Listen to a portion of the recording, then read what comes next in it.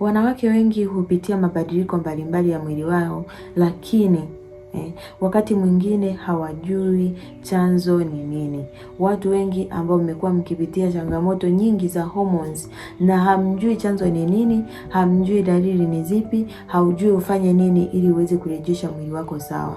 Unaweza kuona hedhi kubadilika ghafla, uzito kuongezeka bila sababu, lakini pia wengine chunusi kuongezeka, lakini hisia kubadilika na mwili kuchoka wakati mwingine. Na hizi dalili sio za kila mwanamke.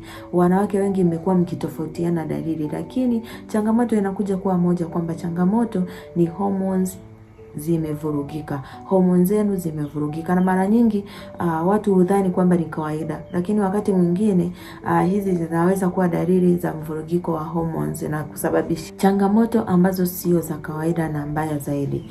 Kwenye video yetu ya leo tutajifunza dalili za mvurugiko wa hormones kwa mwanamke, lakini pia tutajifunza madhara yake kiafya, lakini kwa nini na ni muhimu, na kuwahi kupata ushauri wa kimatibabu au wa kitaalamu pia, ili uweze kupata suluhisho la tatizo hiyo la mvurugiko wa hormone. Kama nilivyowafundisha hapo awali kwamba hormone kwa hali ya kawaida ni kemikali maalum zinazoongezwa au zinazotengenezwa mwilini na ambazo zinaongoza kazi nyingi mwilini na muhimu zaidi katika mwili wako, kama hedhi, uzazi, usingizi, hamu ya kula, lakini vitu vingine ni kama uzito wa mwili.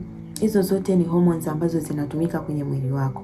Na kwa mwanamke hormone ni muhimu sana, pamoja na estrogen, progesterone na testosterone kwa mwanaume kwa kiwango kidogo. Na hii ni hormones, hizo zote ni hormones. Na hormones hizi zikivurugika, mwili unaanza kutoa dalili mbalimbali au dalili tofauti tofauti. Na dalili hizo ambazo tutazungumzia kwa siku ya leo, kitu cha kwanza ni hedhi kutokuwa sawa.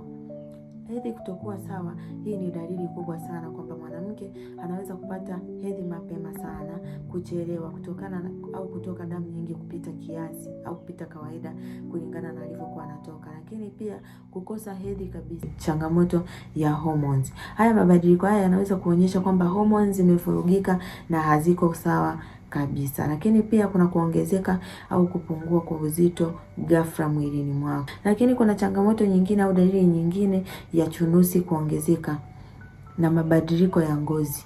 Wakati mwingine chunusi zinakuwa nyingi, ngozi yako inabadilika.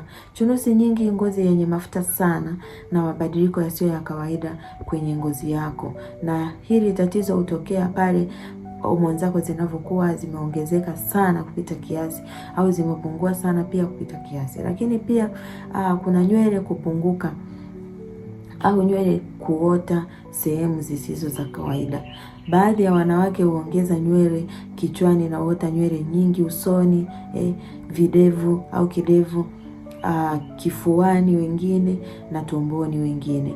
Na hizi dalili zinatofautiana kulingana na hormones za mtu zilivyo. Kama hormones zako zikiwa zimeongezeka, wanawake walio wengi watapata hiyo hali kutokana na hormones kubadilika, na hii nayo ni ishara ya mvurugiko wa hormones 100%.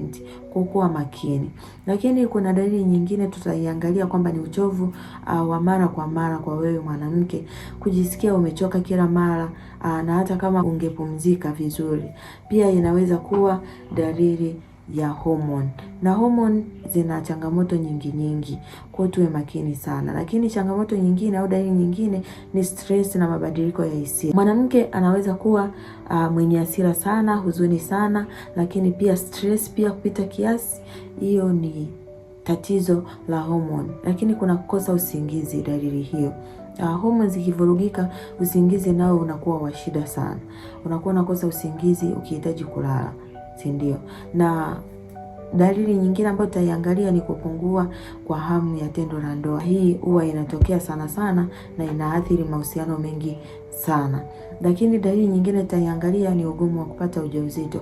Hii imekuwa ikikosa kwa wanawake wengi sana. Baadhi ya wanawake wenye mvurugiko wa hormone hupata changamoto ya kushika mimba kutokana na ovulation kutokuwa sawa.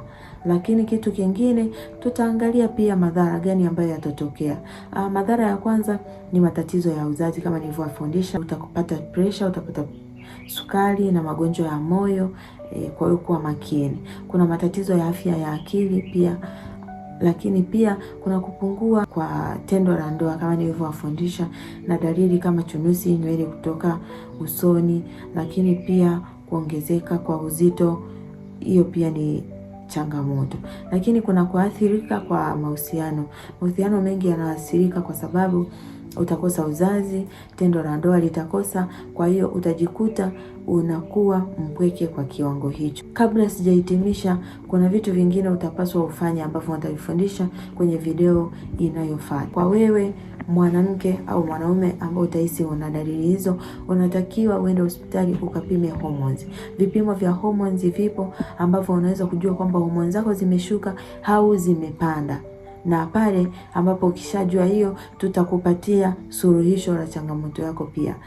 Nimekuwa nikiwaelekeza kwamba kuna dawa inaitwa Penicare. Penicare ni dawa nzuri ambayo inasaidia kurejesha homoni zako, inasaidia kurejesha hamu ya tendo la ndoa. Asante kwa kuangalia video hii, nikutakie majukumu mema na kuangalia kipindi kingine kinachofuata. Lakini pia usisahau kulike, kusubscribe na kucomment ili tuweze kuona ni kitu gani ambacho unakihitaji ili uweze kukipata na tuweze kupatia zaidi. Karibu.